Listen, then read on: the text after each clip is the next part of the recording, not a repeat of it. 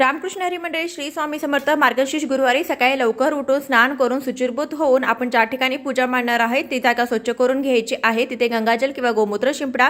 सर्वात आधी निरांजन किंवा समई प्रज्वलित करून घ्यायची आहे। त्यानंतर स्वतःला हळदी कुंकू लावायचं, आचमन करायचं। सर्वात आधी तुमच्याकडे फोटो असेल महालक्ष्मीचा तर तांदळाच्या राशीवरती ठेवा। यामध्ये महत्त्वाची गोष्ट म्हणजे कलश स्थापना। कलश तांदळाच्या राशीवरती ठेवावा। तांब्याच्या कलशाच्या गळ्याला लाल धागा गुंडाळावा। त्यावरती स्वस्तिक आणि 8 ठिकाणी हळदी कुंकवाची बोटे उठवावी। 5 फळझाडांच्या किंवा फुलझाडांचे डहाळे त्यामध्ये घालायचे। त्यानंतर गळ्यापर्यंत इलिपत पाणी, हळदी कुंकू, अक्षदा, 1 फूल, त्यानंतर दुर्वा, 1 रुपयाचं नाणं, सुपारी घालायची। त्यावरती श्रीफळ ठेवायचं। नंतर कलशाची हळदी कुंकू अक्षदा वाहून पूजा करायची। फूल गजरा अर्पण करायचा। गणपती बाप्पांना महालक्ष्मीला स्नान घालून त्यानंतर गणपती बाप्पांची महालक्ष्मीची स्थापना विड्याच्या पानावरती करायची। श्रीयंत्र, कवड्या, त्यानंतर दक्षिणावरती शंख ठेवू शकता।